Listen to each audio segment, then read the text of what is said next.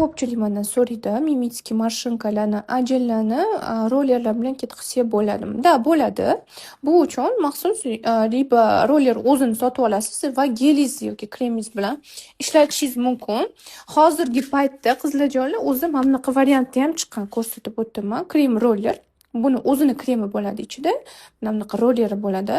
Off on bo'ladi. Xullas bemalol yoqib olib, o'zi ishlatishingiz mumkin bo'ladi.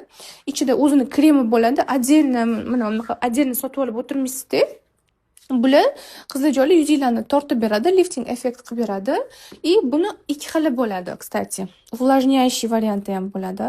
Вообще dahshat. Mana shu rozlistdan ham ishlatib ko'rdim, menga rosa yoqdi.